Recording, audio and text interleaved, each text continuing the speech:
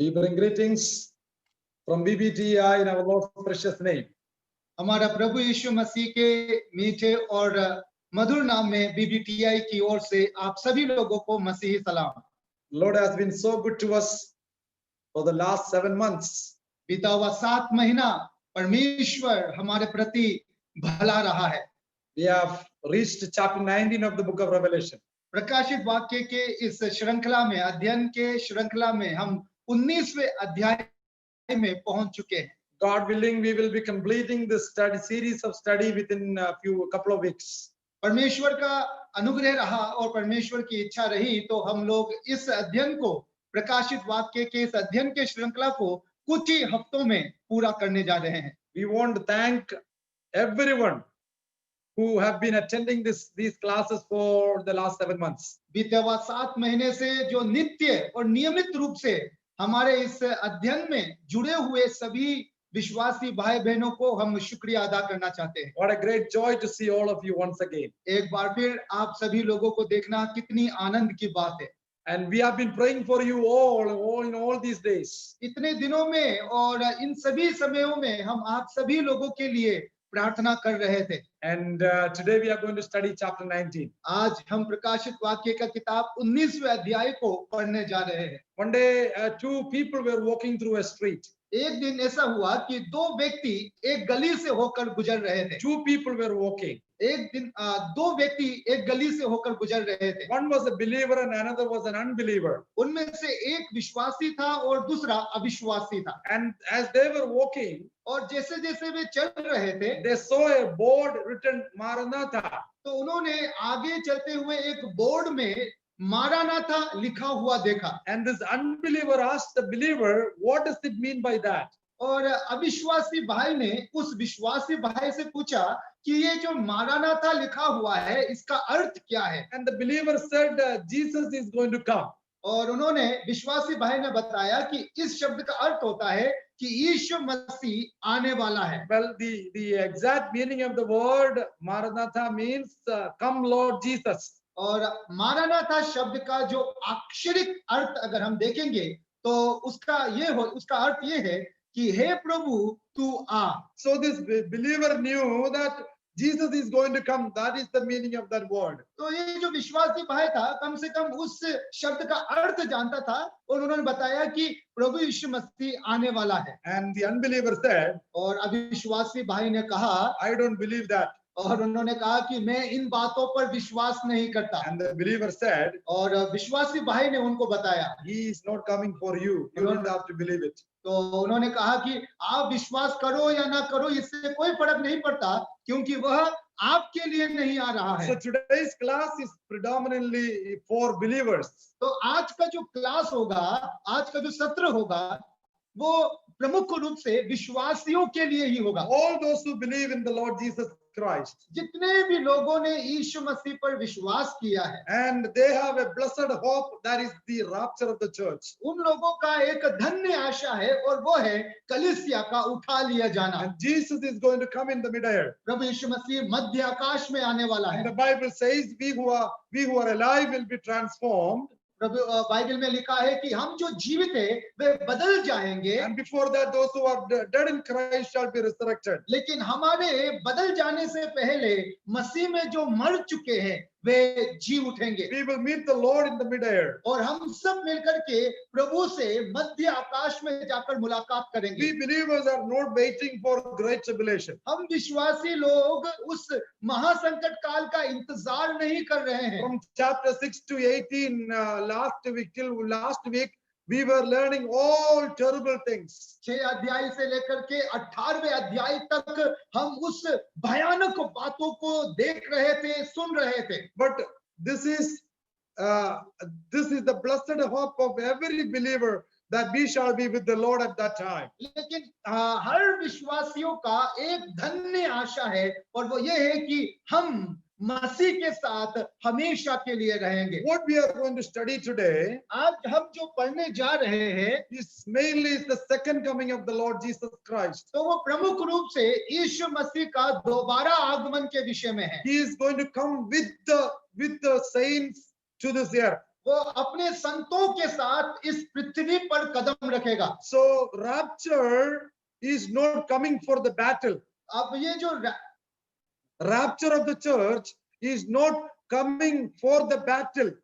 कलीसिया का जो उठा लिया जाना है वह युद्ध के लिए युद्ध का आगमन नहीं है। There is no battle at the time of rapture mentioned in the Bible. Bible पर आधारित अगर हम बातों को देखेंगे तो कलीसिया का उठा लिए जाने के समय में कोई युद्ध नहीं होगा। There is only resurrection and transformation mentioned in the Bible at the time of rapture. Rapture कलीसिया के उठा लिए जाने के समय में केवल मसीह में मरे हुए लोग जी उठेंगे, अर्थात मसीह में जो जीवित है वे बदल जाएंगे। सिर्फ इन दो बातों का जिक्र किया But गया in है। chapter 19, लेकिन 19वें अध्याय में this second coming of the Lord, प्रभु यीशु मसीह के दूसरे आगमन में we are going to see a great battle at the climax. तो हम एक बड़े युद्ध का चरम सीमा को देख सकते हैं। For the couple of weeks, last 2 weeks, we were studying about the battle of Armageddon. बीते हुए कुछ सप्ताहों से हम लोग हर्मगिद्दों के उस युद्ध के विषय में देख रहे थे। So the climax of the battle of Armageddon will be at the second coming of the Lord Jesus Christ. तो हर्मगिद्दों के उस युद्ध का जो चरम सीमा होगा वो प्रभु यीशु मसीह के दोबारा आगमन के समय में होगा। So let's look into the Bible. तो आइए हम लोग बाइबल में हम हमारा ध्यान करें। We are going to study chapter 19 as we mentioned in the beginning. जैसे कि शुरुआत में हम लोगों ने कहा 19वें अध्याय को हम लोग अध्ययन करेंगे। Last week we have learned about the destruction of the ecclesiastical and political Babylon. हम लोगों ने बीते हुए सप्ताह में धार्मिक और राजनीतिक बेबीलोन का पतन को देखा था। Now today in chapter 19, आज 19वें अध्याय में there is a great rejoicing in heaven because of the fall of Babylon. Babylon के उस पतन के वजह से स्वर्ग में बड़ा आनंद छा गया, बड़ा आनंद फैल गया। इस बात को हम देखते हैं। There are 4 songs mentioned in the beginning of chapter 19. 19वें अध्याय के शुरुआती भाग में 4 गीतों को हम लोग देख सकते हैं। And we will read the first 5 verses. पहले 5 पदों को हम लोग देखेंगे। Yes. प्रकाशित वाक्य का किताब 19वें अध्याय का 1 से लेकर 5 पद को मैं हम सब लोगों के लिए पढ़ता हूं। Right. इसके बाद मैंने स्वर्ग में मानो बड़ी भीड़ को ऊंचे शब्द से ये कहते सुना, हल्लेलुया, उद्धार और महिमा और सामर्थ हमारे परमेश्वर ही की है, क्योंकि उसके निर्णय सच्चे और ठीक है। उसने उस बड़ी वेश्या का जो अपने व्यभिचार से पृथ्वी को भ्रष्ट करती थी न्याय किया और उसे अपने दासों के लहू का बदला लिया है। फिर दूसरी बार उन्होंने कहा, हल्लेलुया, उसके जलने का धुआं युगानुयुग उठता रहेगा। तब 24 प्राचीनों, चारों प्राणियों ने गिरकर परमेश्वर को दंडवत किया जो सिंहासन पर बैठा था और कहा, आमीन, हल्लेलुया। तब सिंहासन में से एक शब्द निकला, हे हमारे परमेश्वर से सब डरने वाले दासों, क्या छोटे क्या बड़े, तुम सब उसकी स्तुति करो। Now this is the only place in New Testament where we see hallelujah. नया नियम में केवल यही एक ऐसा जगह है जहां हम हल्लेलुया शब्द को देख सकते हैं। Some strict people, they teach that we don't have to say hallelujah in our worship and in our meetings. कहीं जो बहुत ही कट्टर विश्वासी है वे लोग ऐसे विचारधारा के हैं कि हम हमारे आराधना सभाओं में हल्लेलुया शब्द का इस्तेमाल नहीं करना चाहिए, Because it is never mentioned in New Testament worship. क्योंकि नया नियम के आराधना का पद्धति में हल्लेलुया शब्द का जिक्र नहीं हुआ है। They would say in chapter 19 of Revelation, hallelujah is mentioned in heaven. 19वें अध्याय प्रकाशित वाक्य का किताब 19वें अध्याय में हल्लेलुया शब्द का जिक्र हुआ है, लेकिन वो भी आराधना में जो स्वर्ग में होगा। So that is their argument that, you know, in our New Testament pattern of worship, hallelujah is never used. तो उन लोगों का विचारधारा ऐसा है कि नया नियम का जो आराधना का तरीका है उस तरीकों में, उस पद्धति में हल्लेलुया शब्द का कभी जिक्र नहीं हुआ है। I think there is an extreme position. तो मेरे विचार के अनुसार ये थोड़ा हद से ज्यादा विचारधारा है ये। Hallelujah means you praise the Lord. Hallelujah शब्द का अर्थ होता है परमेश्वर की स्तुति हो। It is frequently used in the Old Testament we see. पुराने नियम में हम अक्सर इस शब्द का इस्तेमाल देखते हैं। Even in heaven we are going to say और hallelujah. इतना ही नहीं, जब हम स्वर्ग जाएंगे तो स्वर्ग में भी हम हल्लेलुया ही कहेंगे। Of course, it's a Hebrew word. It is not translated in New Testament here. Hallelujah जो शब्द है वो इब्रानी भाषा का है और उसे हम हमारे मातृभाषा में अनुवाद नहीं कर पाए हैं। So the word hallelujah occurs here in this passage till verse 6 4 times. 6 पद के दरमियान ये जो हल्लेलुया शब्द है ये 4 बार हम इसे देख सकते हैं। It's in the context of the fall of Babylon. अब ये इस हल्लेलुया शब्द का जो संदर्भ है, सबसे पहले तो वो बेबीलोन के पतन में है। And in the first song, they celebrate the arrival of God's salvation, glory and power in verse 1. पहले पद के अनुसार परमेश्वर का उद्धार और उसकी महिमा और उसके सामर्थ्य के आगमन में वे हल्लेलुया शब्द का इस्तेमाल करते हैं। In David's prayer in First Chronicles 29:11, he uses these 3 words in same combination: salvation, glory and honor unto the Lord. Hallelujah, उद्धार, महिमा और सामर्थ्य, इन 3 शब्दों का इस्तेमाल दाऊद भी अपने आराधना और अपने परमेश्वर की महिमा के संबंध में इस्तेमाल करता है। इस बात को आप पहला इतिहास का किताब 29वें अध्याय का 11वें पद में देख सकते हो। The second song is in relation to the fall of Babylon. अब दूसरा जो गीत है, दूसरा जो हल्लेलुया शब्द का इस्तेमाल है वो बेबीलोन के पतन के संबंध में है। That is in verse 2 and 3. वो 2 और 3 पद में आप उसे देख सकते हो। Her smoke rose up forever and ever, verse 3. तीसरे पद में लिखा है कि उसके जलने का धुआं युगानुयुग उठता रहेगा। The third song तीसरा जो धन्यवाद का या हल्लेलुया का गीत है is by 24 elders and 4 living creatures in verse 4. चौथे पद में वो 24 प्राचीन और 4 प्राणियों के द्वारा गाया गया है। And the fourth song, और चौथा जो गीत है verse 5 and 6. 5वां और 6वें पद में A है। great multitude is singing hallelujah. और वहां हम देखते हैं कि एक बड़ी भीड़ हल्लेलुया शब्द का And इस्तेमाल they कर रही say, है। Lord God, omnipotent, he reigneth. और वो लोग एक साथ ऊंचे आवाज में चिल्ला करके कहते हैं कि परमेश्वर सर्वशक्तिमान राज्य करता है। He is reigning in heaven. वो स्वर्ग में राज्य करता He है। is going to reign over the earth also. वो आज पृथ्वी के ऊपर भी शासन करने जा रहा है। From verse 7 onwards, 7वें पद से लेकर this is the great passage about the marriage of the Lamb. अब ये आगे का जो अंश है वो मेमने के विवाह का एक बहुत ही महान एक अंश है ये। Now, this is one of the beautiful passages in the whole Bible which talks about the marriage of the Lamb. अब पूरे बाइबल में अगर आप हर अंशों को देखोगे, हर छंदों को देखोगे तो ये सबसे खूबसूरत अंश में से है, क्योंकि ये अंश मेमने के विवाह का जिक्र करता है। In the Old Testament, पुराने नियम में God is the bridegroom of Israel. Israel का जो दुल्हा है वो स्वयं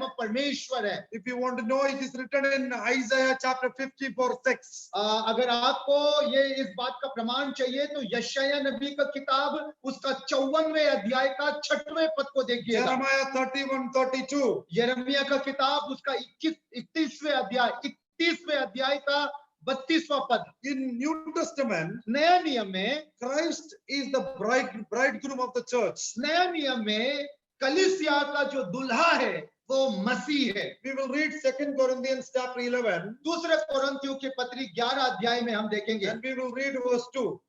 उसे हम दूसरे कोरिन्थियों के पत्री 11वें अध्याय का 2 पद में हम लोग दूसरे पद में हम लोग देखेंगे। And there Paul says, वहां पौलुस कहता है, verse 2, दूसरा पद में पौलुस कहता है, क्योंकि मैं तुम्हारे विषय में ईश्वरीय धुन लगाए रहता हूं, इसलिए कि मैंने एक ही पुरुष से तुम्हारी बात लगाई है कि तुम्हें पवित्र कुंवारी के समान मसीह को सौंप दूं। and see, I may present you as a chaste virgin to Christ. लिखा है कि ताकि मैं तुम्हें मसीह के सम्मुख या मसीह को पवित्र कुंवारी के समान सौंप दूं। Look at verse 3. तीसरे पद को देखिए, But I have a fear, लेकिन मुझे एक डर है, as the serpent beguiled Eve through the subtlety, so your minds should be corrupted from the simplicity that is in Christ. जैसे सांप ने अपनी चतुराई से हवा को बहका दिया, वैसे ही तुम्हारे मन उस सीधाई और पवित्रता से जो मसीह के साथ होनी चाहिए कहीं भ्रष्ट ना हो जाए। Church should have only devotion dedicated to Christ, who is her bridegroom. कलीसिया का कर्तव्य है कि वे अपने दुल्हा अर्थात मसीह के प्रति समर्पित और समर्पित भाव से रहे। Even Christ has mentioned some parables in the New Gospels concerning the marriage. और इतना ही नहीं, यीशु मसीह ने भी सुसमाचार के पुस्तकों में विवाह संबंधित कुछ दृष्टांत कहे हैं। In Ephesians chapter 5, इफिसियों की पत्री 5वें अध्याय when में he talks about husband and wife, जब वो पति और पत्नी के विषय में बातें करता है, then he concludes that I'm talking about Christ and the church. तो पौलुस कहता है कि मैं कलीसिया और मसीह के संबंध में बातें कर रहा हूं। Come with me to Revelation, back to chapter 19 verse 7. प्रकाशित वाक्य का किताब उसका 19वें अध्याय का 7वें पद को जरा गौर कीजिए। Yes.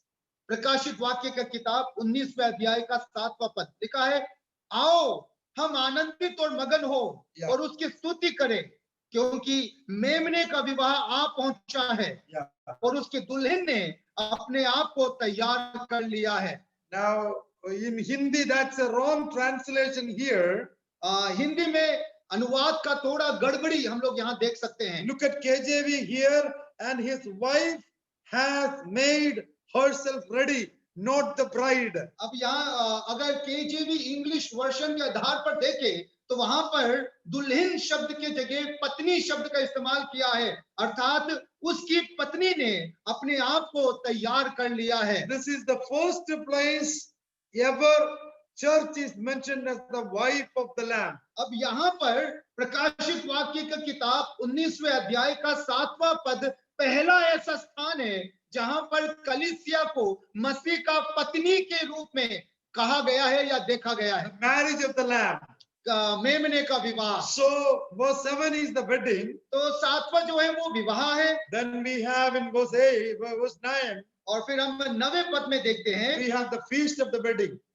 उस विवाह का भोज को हम लोग 9वें पद में देखते हैं। There are some who are invited for this. अब इस विवाह के लिए कुछ ऐसे लोग हैं जिनको निमंत्रण दिया गया है। And most popular interpretation is that they are the Old Testament saints, those who are invited. अब ये बुलाए गए लोग, निमंत्रित लोग कौन है? इसके पक्ष में कई लोगों का जो प्रमुख विचारधारा है वो ये है कि ये निमंत्रित लोग पुराने नियम के संत जन हैं। But I don't want to be dogmatic on that. लेकिन मैं इस बात पर बहुत ज्यादा कट्टरपंथ नहीं होना चाहता हूँ। But look at the bride's speciality in verse 8. अब यहाँ पर दुल्हन का विशेषता को देखिए। First of all, सबसे पहले in verse 7 she is ready. सबसे पहले 7वें पद के आधार पर वो तैयार है। Secondly, दूसरा, look at verse 8. 8वें पद को देखिए, she is arrayed in fine linen.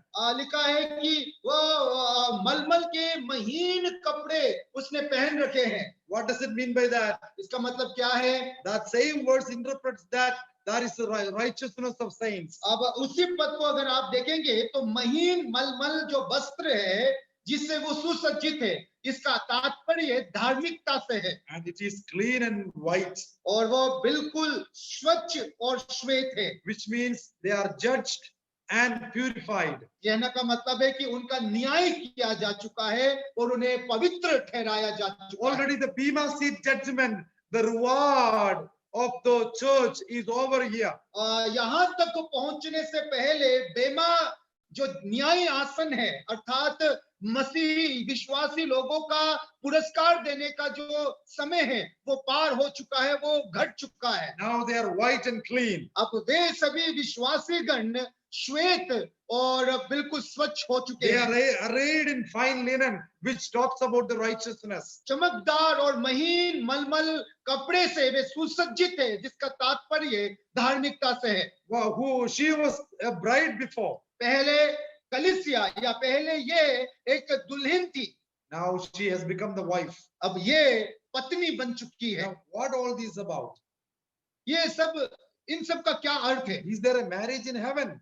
क्या स्वर्ग में विवाह होगा? Is there a feast there? क्या वहां पर एक विवाह भोज होगा? What all these things? क्या ये सब, इन सब बातों का अर्थ क्या है? We know that marriage is only on this earth. हम लोग इस बात से भली भांति वाकिफ है कि विवाह इसी संसार का रीत है। And Christ himself said there is no marriage in heaven. और प्रभु यीशु मसीह ने स्वयं कहा कि स्वर्ग में कोई विवाह नहीं है। What does it mean by marriage of the Lamb? तो ये विवाह, मेमने का विवाह का अर्थ क्या है? I believe that this is our spiritual union with Christ forever and ever. मेरे अनुसार मेमने का विवाह का अर्थ यहाँ पर इन बातों से तात्पर्य है कि कलीसिया का मसीह के साथ हमेशा के लिए एक हो जाना। When he shall appear, जब वो आएगा, we shall be like him. हम उसके समान हो जाएंगे, We shall be with him. हम उसके संग रहेंगे, And we will be worshipping him day and night forever and ever. और हम दिन रात युगानुयुग उसकी आराधना करते रहेंगे। Marriage is not mentioned here in earthly or worldly terms. यहाँ पर जो आराधना शब्द का जिक्र किया गया, Marriage. सॉरी, यहाँ पर जो विवाह शब्द का जिक्र किया गया है, वह विवाह सांसारिक रीति रिवाज या सांसारिक दृष्टिकोण से नहीं है। This is talking about our spiritual union with forever. ये विवाह हमारा मसीह के साथ आत्मिक एकता या आत्मिक रूप से एक हो जाने का जो युगानुयुग बना रहेगा दर्शाता है। Our union with Christ. मसीह के साथ हमारा एक हो जाना, We shall be with him forever and ever. हम उसके साथ युगानुयुग उसके साथ रहेंगे। What a blessed hope every believer has. एक विश्वासी का ये कितना बड़ा और कितना धन्य आशा है। Church is the bride of the bridegroom. कलीसिया दूल्हे का दुल्हन है। Just like Eve was taken from the side of Adam. जैसे आदम के पसली से लेकर बनाया गया, Eve was taken from the side of the Lord Jesus Christ when from where the water and the blood was oozing from there. कलीसिया भी यीशु मसीह के पंजर से, यीशु मसीह के पसली से लिया गया है, जहां पर भेदे जाने के कारण खून और पानी एक साथ बहने लगा। Church is the most important thing for the Lord Jesus Christ. प्रभु यीशु मसीह के लिए जो सबसे महत्वपूर्ण अगर कोई है तो वो है कलीसिया। Today is building the church. वो आज कलीसिया का निर्माण में लगा हुआ He है। did not start anything else in this world. इस संसार में आकर के उन्होंने और किसी भी चीजों का स्थापना नहीं की। God started family. परमेश्वर ने परिवार का स्थापना किया। Christ started church in the New Testament. नया नियम में मसीह ने कलीसिया का स्थापना हो कि हम उस कलीसिया के भाग हैं। So we, the church, shall be with the Lord forever and ever. हम जो कलीसिया के हिस्सा है, हम मसीह के साथ युगानुयुग बने रहेंगे। Now when John saw all these visions, जब यूहन्ना ने ये सारे दर्शन को देखे, he makes a mistake here. तो वहां पर वो एक गलती कर बैठता We है। will read verse 10. हम 10वें पद को गौर करेंगे। Yes. प्रकाशित वाक्य 19:10। तब मैं उसको दंडवत करने के लिए उसके पांवों पर गिर पड़ा। Yeah. उसने मुझसे कहा, देख, ऐसा मत कर, मैं तेरा और तेरे भाइयों का संगी दास हूं, जो यीशु की गवाही देने पर स्थिर हूं। परमेश्वर ही को दंडवत कर, क्योंकि यीशु की गवाही भविष्यवाणी की आत्मा है। People ask us why you don't worship anything and everything. लोगों का अक्सर हमसे सवाल होता है कि आप अन्य किसी भी चीजों का पूजा अर्चना और आराधना क्यों नहीं करते हो? The answer is here. उसका जवाब यहाँ पर है। See, John was confused. अब यूहन्ना जो है वो यूहन्ना में थोड़ा गलतफहमी हो गया। He thought that, this angel who is showing all these things, he should be worshipped. यूहन्ना में थोड़ा गलतफहमी ये हो गया कि उसको लगने लगा कि ये जो स्वर्गदूत है, जो मुझे ये सारी चीजों को दिखा रहा है, ये आराधना के अर्थात दंडवत करने के योग्य है। What did he say? ऐसे करने पर स्वर्गदूत ने क्या कहा? Don't do it. उन्होंने कहा कि ना ना ना, ऐसा मत कर। केवल परमेश्वर को ही दंडवत कर। My brothers and sisters, मेरे प्रिय भाइयों और बहनों, I want to tell you something very important matter now. यहाँ पर मैं बहुत ही महत्वपूर्ण एक मुद्दे को आपके सामने लाकर रखना चाहता हूँ। People who are living, हम जो सेवकाई क्षेत्र में हैं, when we have problems, जब हमारी हमारा समस्याओं से मुलाकात होती है, when we have troubles, जब हम कष्ट से होकर गुजरते हैं, we put our trust in some men, some people. हम हमारे उस परेशानी के समय में किसी व्यक्ति की ओर हम निर्भर हो जाते हैं। We place some people in the place of God. हम कुछ लोगों को, चुनिंदे लोगों को परमेश्वर का दर्जा दे देते But हैं। in the past, I have learned one principle in my ministry. मैंने अपने सेवकाई जीवन में एक सिद्धांत अतीत में अपने सेवकाई अनुभव के द्वारा सीखा है And I will never tell my problems to anybody. कि मैं अपनी निजी समस्याओं को कभी किसी को नहीं बताऊंगा। I do not want to put anyone in the place of God. मैं परमेश्वर के स्थान को किसी और के साथ नहीं बांटूंगा। Secondly, दूसरा, I will never tell my need to anyone. मैं अपनी आवश्यकता कभी भी किसी को नहीं बताऊंगा। If I do that, अगर मैं ऐसा करता हूँ I'm trying to put that person in the place of God. तो जिसको मैं अपनी आवश्यकता बता रहा हूँ वह उसको मैं परमेश्वर का दर्जा दे रहा हूँ। Never put any human being or any angel, creatures, anything of this world in the place of God. किसी भी चीज को, ना तो इस संसार के, ना स्वर्गदूत और ना किसी भी वस्तु को परमेश्वर का दर्जा कभी ना देना। Go to God.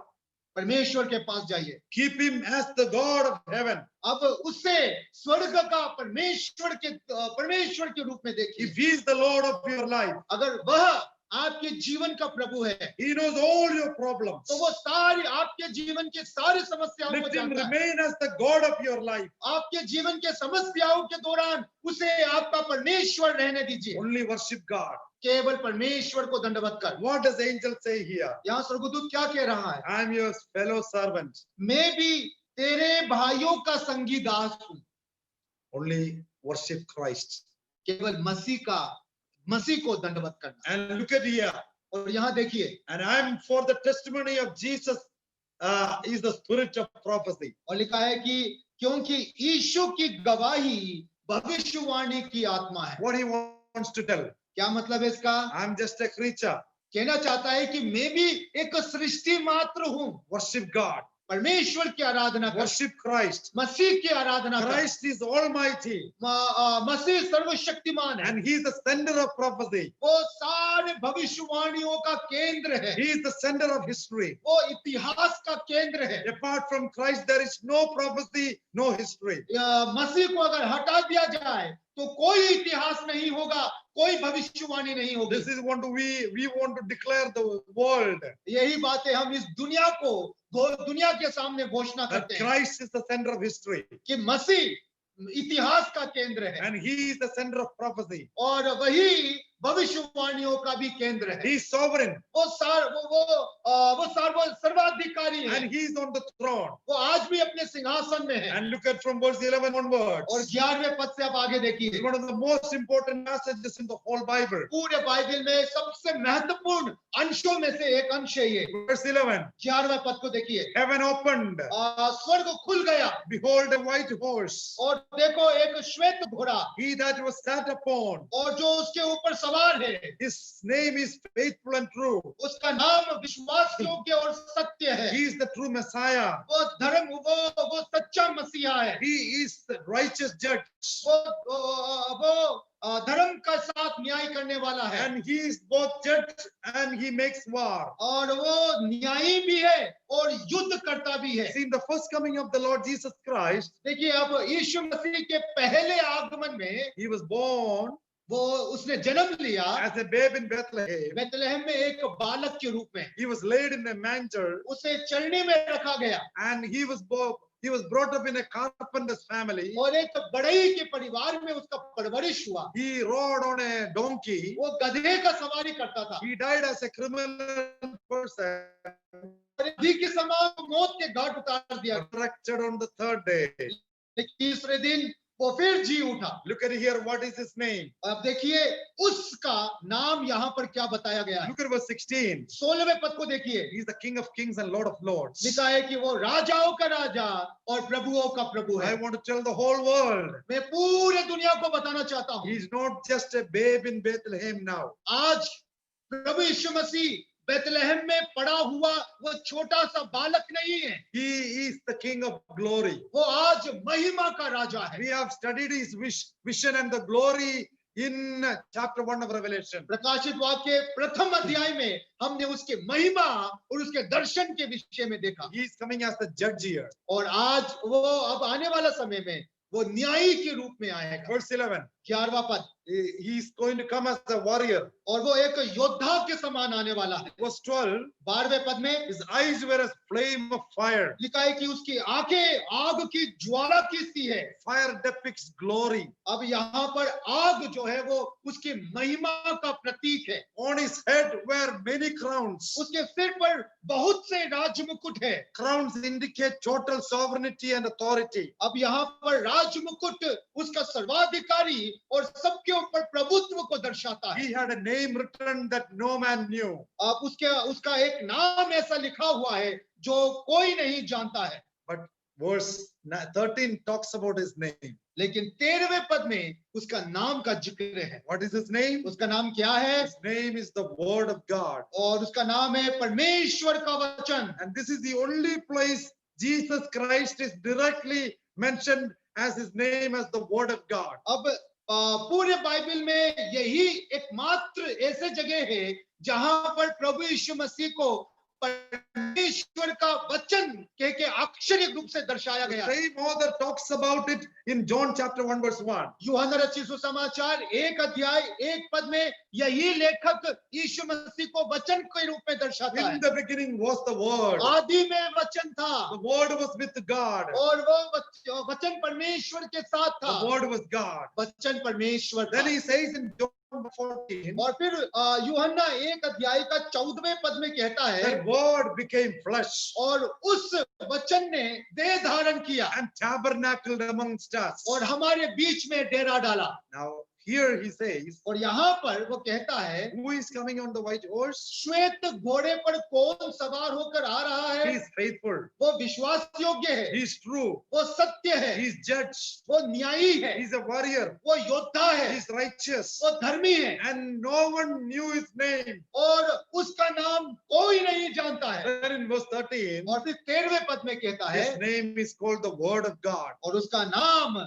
परमेश्वर का वचन है। What does it mean by that? इसका मतलब क्या है? Word of God reveals God. परमेश्वर का वचन परमेश्वर को प्रकट करता है। The Word of God परमेश्वर का वचन is the written word. वो लिखित वचन है ये। In his first coming, उसके पहले आगमन में what did Jesus do? प्रभु यीशु मसीह ने क्या किया? Let's read John chapter 1. यूहन्ना 1 अध्याय में आइए। John chapter 1, यूहन्ना 1 अध्याय verse 17. उसका 17वां पद को देखिए। Yes. यूहन्ना रचित सुसमाचार 1 अध्याय उसका 17वां पद को देखिए। लिखा है, इसलिए कि व्यवस्था तो मूसा के द्वारा दी गई, परंतु अनुग्रह और सच्चाई यीशु मसीह के द्वारा पहुंची। In his first advent, प्रभु यीशु मसीह के पहले आगमन में he revealed grace, love and truth. उन्होंने अनुग्रह, सच्चाई और महिमा को प्रकट किया। But in his second coming, लेकिन उसके दूसरे आगमन में his name is mentioned as the Word of God. परमेश्वर के वचन के रूप में या वचन कह के उसको पुकारा गया। He will reveल holiness, judgment, righteousness and justice. वो पवित्रता को और धार्मिकता को, न्याय को और सच्चाई को वो प्रदर्शित करेगा। So his name is the Word of God. तो यीशु मसीह का नाम यहाँ पर परमेश्वर का वचन कहकर बताया गया। Bible is the written Word of God. Bible परमेश्वर का लिखित वचन है। Jesus Christ is the incarnate Word of God. और प्रभु यीशु मसीह परमेश्वर का वह वचन है जिसने देह धारण किया।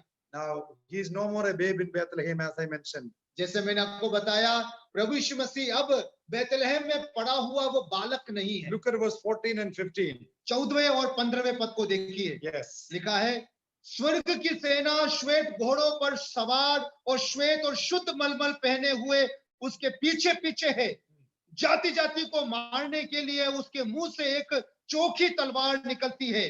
वो लोहे का राजदंड लिए हुए उन पर राज्य करेगा और सर्वशक्तिमान परमेश्वर के भयानक प्रकोप की जलजलाहट की मदिरा के कुंड में दाख रौंदेगा। He is going to come as the King of Kings and Lord of Lords. वो राजाओं का राजा और प्रभुओं का प्रभु होकर आने वाला He है। is going to judge the world. वो पूरे दुनिया का न्याय करने जा The रहा है armies of heaven followed him. और स्वर्ग की सारी सेना उसके पीछे पीछे आ Some रही है। say this is the angelic host. और कुछ लोग कहते हैं कि ये जो स्वर्ग की सेना है वो स्वर्गदूतों का पलटन है। Others say that is the church following him. और दूसरे लोग ऐसा विश्वास करते हैं कि ये जो बड़ी भीड़ है वो कलीसिया है, विश्वासी लोग हैं। Some others say all the inhabitants of the heaven is following him for the battle. और दूसरा कुछ लोग ऐसे भी विचारधारा के हैं कि स्वर्ग के जितने भी बाशिंदे हैं वे सब लोग यीशु मसीह के पीछे पीछे चल रहे हैं। One thing is clear. लेकिन एक बात बिल्कुल निश्चित है, The church will be with the Lord. कलीसिया प्रभु यीशु मसीह के साथ होगी। Because they are going to come down to reign over this earth. क्योंकि कलीसिया भी यीशु मसीह के साथ इस दुनिया में शासन करने के लिए आएगी। Before that, लेकिन उससे पहले he will judge the world. वो प्रभु यीशु मसीह इस दुनिया का न्याय करेगा। Because in verse 15, क्योंकि 15वें अध्याय में out of his mouth goes a sharp sword. उसके मुंह से एक चोखी तलवार निकलती है। He is going to smite the nations. उससे वो पूरे राज्य पर प्रहार करेगा And he shall rule them with a rod of iron. और वो लोहे का राजदंड लिए हुए उन पर राज्य करेगा। He is going to tread the winepress of fierceness and wrath of Almighty God. वो सर्वशक्तिमान परमेश्वर के जलजलाहट की मदिरा के कुंड में दाख रौंदेगा। We studied about in chapter 14. हम लोगों ने 14वें अध्याय में इस विषय में पढ़ा। All the three series of judgment that we studied. हम लोगों ने जो 3 न्यायों का श्रृंखलाओं को देखा। But here we have come to the climax of the battle of Armageddon. हम लोग 19वें अध्याय में हर्मगिद्दो के उस युद्ध का चरम सीमा पर पहुंच चुके हैं। See, the word anger, wrath, fierceness occurs in the book of Revelation more than 15 times. 15 से अधिक बार क्रोध, प्रकोप, जलजलाहट इन शब्दों का इस्तेमाल किया गया है। And the world has rejected the living God, इस संसार ने जीवित परमेश्वर का तिरस्कार कर दिया has followed the Antichrist, और उन्होंने ख्रिस्त विरोधी के पीछे चलना चुन लिया। listened to the false prophet. झूठे भविष्यवक्ताओं की बातों को सुना The whole world gathered together to attack Israel, और पूरी दुनिया इजराइल पर आक्रमण करने के लिए एकत्रित हुई and Israelis on the verge of losing the battle. और इजरायली लोग युद्ध हारने के कगार पर पहुंच चुके हैं। They will cry unto their Messiah whom they have pierced. तब वे लोग अपने मसीहा को पुकारेंगे जिनको उन्होंने बेधा था। Then Jehovah himself will come down. और फिर यहोवा स्वयं इस दुनिया में कदम रखेगा। He is the Lord Jesus Christ. वो यीशु मसीह है। As his leg touches the Mount of Olive, जैसे ही उसके कदम जैतून पहाड़ पर पड़ेंगे, the whole mountain will be splitted into two, लिखा है कि जैतून पहाड़ 2 भागों में बट जाएगा and there will be a great valley which is called the Valley of Jehoshaphat. और फिर एक बड़ा खाई, एक बड़ा तराई वहां से निकलेगा जिसको हम यहोशापात का तराई कहते हैं। The whole armies of the world will gather in that valley to fight against Israel under the leadership of the Antichrist. ख्रिस्त विरोधी के नेतृत्व में दुनिया की सारी राज्य उस तराई में इकट्ठे होंगे ताकि वे इजरायलियों से युद्ध लड़ सके। That is the time they will cry unto their Messiah. और जब ऐसे अवस्था में इजरायली लोग अपने मसीहा को पुकारेंगे Whom they have pierced, जिनको उन्होंने बेधा था, whom they have rejected, जिनका उन्होंने इनकार कर दिया था, about whom they said, we have only one king, that is Caesar, and we want Barabbas, we want to crucify Christ. जिसके विषय में उन्होंने कहा था कि हमारा एक ही राजा है और वो है कैसर, हमें ये नहीं चाहिए, इसके बदले में हमारे लिए बरब्बा को जो डाकू था उसे छोड़ दे। Let his blood be on us and on our children. उनका लहू हमारे ऊपर और हमारे संतानों के ऊपर आने दे। Last 2000 years they were reaping the consequence of that blood. उस लहू का कर्ज को वे पिछले इजरायली लोग पिछले 2000 साल से काट रहे हैं। Today they go to the wailing wall and hit their forehead and say, Dayenu, Dayenu, which means, Lord, enough for us, no more affliction we can bear. और आज सभी यहूदी उस शोक के दीवार में जाकर अपने माथा को पीटते हुए दयालु दयालु कहते हैं, जिसका अर्थ है कि हे प्रभु अब बस कर।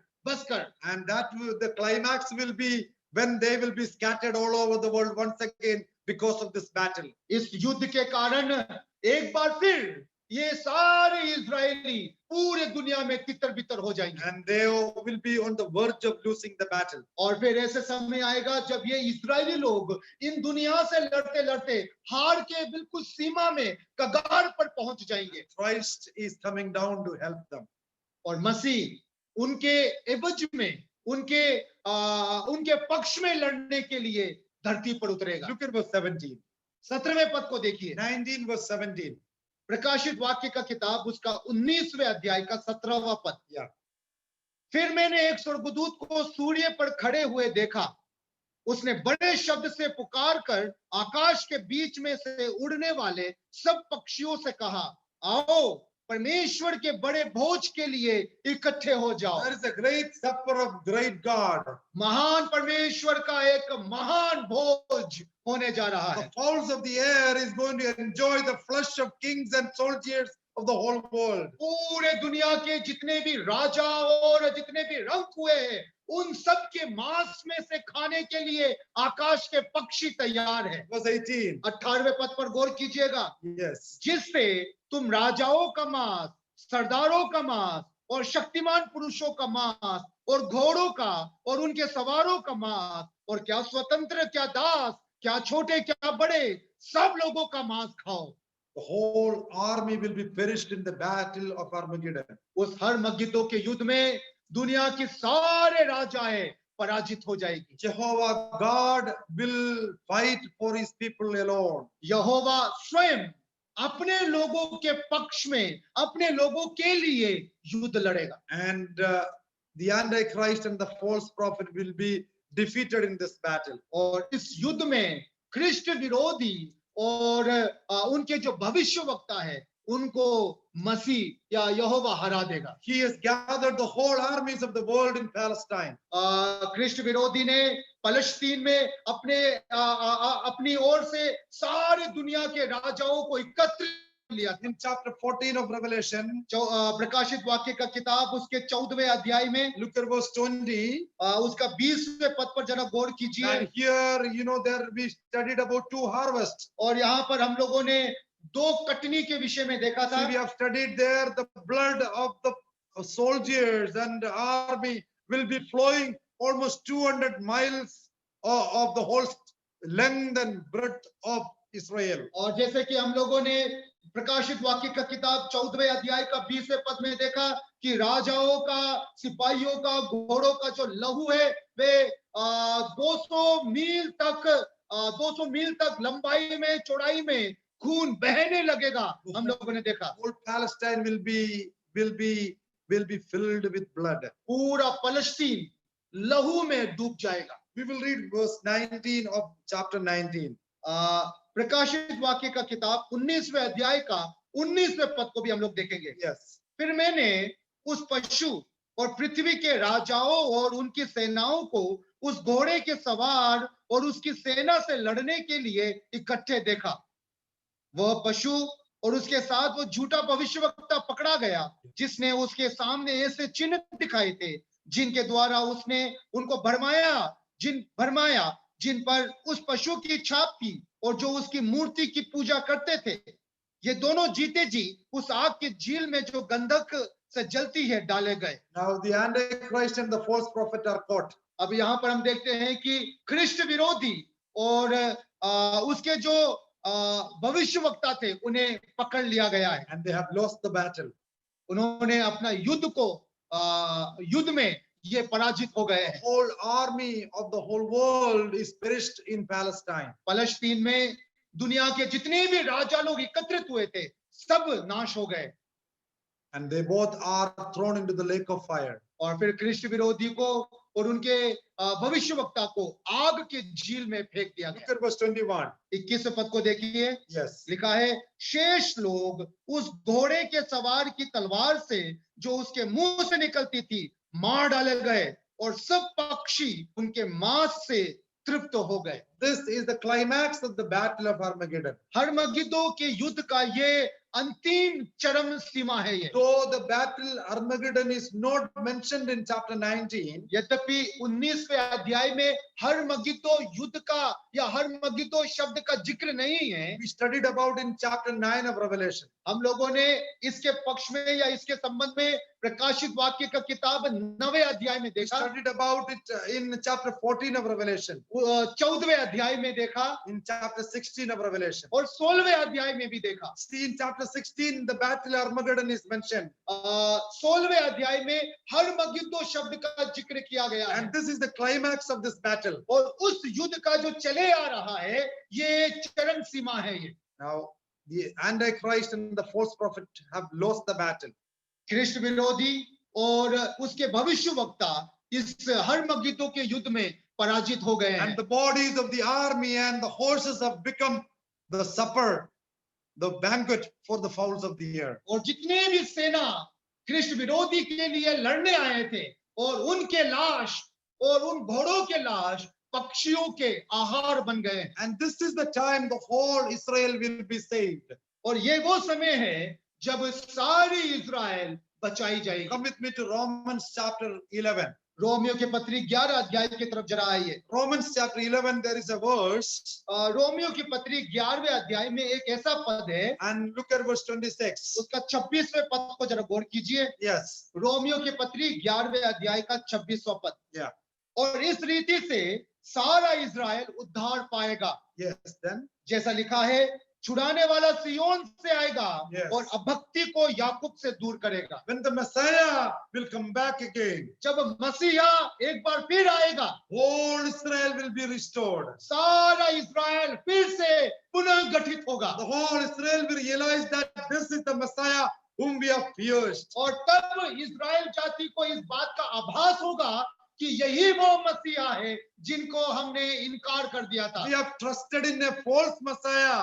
हमने एक झूठे मसीहा पर अपना विश्वास रख दिया। In the beginning of Great Tribulation, this false Messiah will come on a white horse.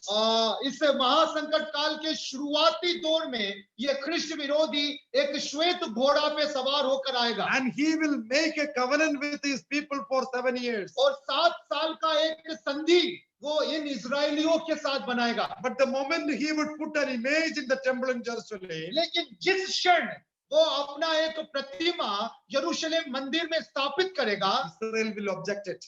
Israeli लोग इसका विद्रोह करेंगे, इसका विरोध करेंगे। See, after the Babylonian captivity, Babylon के बंदित्व के बाद after the return, जब वे लौट करके आए, Israel has never gone into idolatry.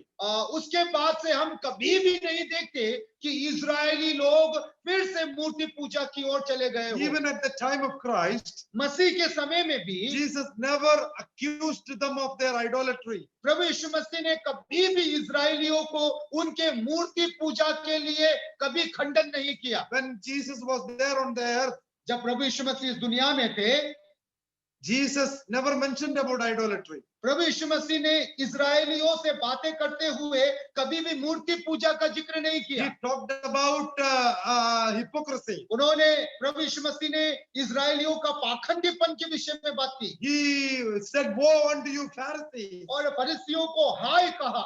We know that even today they are against idolatry. और आज भी हम जानते हैं कि यही यहूदी लोग मूर्ति पूजा के खिलाफ हैं। But the moment he would put, the Antichrist would put his image in the temple in Jerusalem, जिस क्षण ख्रिस्त विरोधी अपना प्रतिमा यरूशलेम मंदिर में स्थापित करेगा, Israel will realize that this is the false Messiah. इस्राएली लोगों को इस बात का आभास हो जाएगा कि ये झूठा मसीहा है। That's why we told you during the previous classes, in the middle of the week, at 3.5 years, the battle of Armageddon will begin. इसीलिए हम लोगों ने शुरुआती दौर में कहा कि महासंकट काल के बिल्कुल बीच के काल में, मध्य काल में हर्मगिद्दों का युद्ध आरंभ हो जाएगा। And that will continue for almost 3.5 years. और ये युद्ध लगभग अगले 3.5 साल तक चलता रहेगा। Israel will become helpless. Israel असहाय हो जाएगा। Israel alone, the whole world with Antichrist. Israel अकेला और बाकी का पूरी दुनिया ख्रिस्त विरोधी के साथ खड़ी If रहेगी। I'm not exaggerating, अगर मैं बड़ा चढ़ाकर नहीं बोल रहा हूँ, today America protects Israel. आज अमेरिका इजराइल के हिफाजत में खड़ा है, But at that time, लेकिन उस दिन even America will stand against Israel. America भी इजराइल के खिलाफ हो The जाएगा। whole world will be united by the Antichrist. ख्रिस्त विरोधी के द्वारा पूरे दुनिया को एक साथ जोड़ दिया जाएगा। And they will cry unto their Messiah at that time. तब इजरायली लोग अपने मसीहा को याद करेंगे। That is the time. वो समय होगा Jehovah, Jehovah, the Lord Jesus Christ, Prabhu Yeshu Masih, he would come down with the armies of heaven. वो स्वर्ग की सारी सेना के साथ इस धरती पर उतरेगा। He will defeat the Antichrist. वो ख्रिस्त विरोधी को पराजित He करेगा। will defeat the false prophet. वो झूठे भविष्यवक्ता को हरा देगा Throw them into the lake of fire. और इन दोनों को आग की झील में फेंक देगा। He will chain the Satan for 1,000 years. और फिर शैतान को अगले 1000 साल के लिए बांध के रख देगा। Then the Lord Jesus is going to reign on this earth. और फिर प्रभु यीशु मसीह इस दुनिया में शासन करेगा। That's what we are going to study next Sunday about the great millennium. और इसी विषय को हम अगले संडे को, अगले रविवार को पर देखेंगे कि कैसे 1000 साल का राजत्व होगा। Not only millennium. केवल 1000 साल का ही नहीं, What about the people who died during the Great Tribulation time? क्या उन लोगों के विषय में क्या होगा जो इस संकट काल के दौरान मरे हैं? What about the Old Testament saints? पुराने नियम के संतों का क्या होगा? What about the final battle? अंतिम युद्ध का क्या होगा? What will happen to Satan? शैतान का क्या होगा? What about the unbelievers? अविश्वासियों का क्या होगा? What is white throne judgment? श्वेत सिंहासन का न्याय क्या है? What is second death?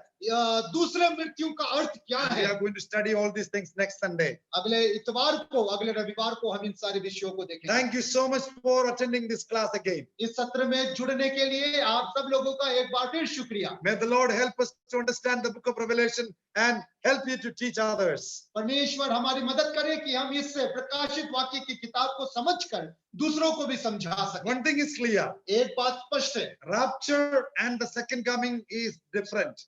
Rapture, कलीसिया का उठा लिया जाना और यीशु मसीह का दोबारा आगमन, ये दोनों अलग-अलग घटना है। These two are the two phases of the second coming. यीशु मसीह के दोबारे आगमन का ये दो अलग-अलग चरण है। Rapture, there is no battle.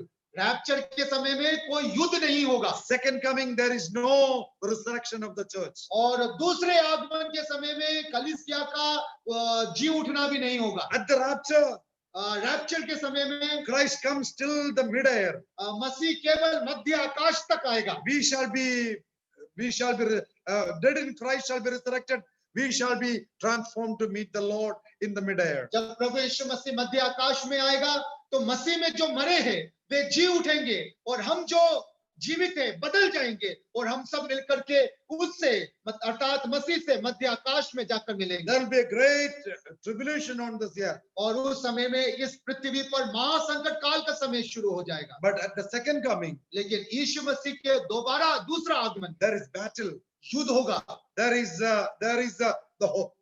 The heavenly host is going to come down with him. और यीशु मसीह के साथ स्वर्ग की सारी सेना इस दुनिया पर उतरेगी। Jesus Christ is coming on this earth यीशु मसीह इस दुनिया में फिर कदम रखेगा and he is going to establish his kingdom. और वो अपना राज्य का स्थापना करेगा। May the Lord help us to understand the book of Revelation more in the days to come. आने वाले दिनों में इस किताब को और अधिक गहराई से समझने में परमेश्वर हमारी मदद I'm करे। sure that you are able to understand this book.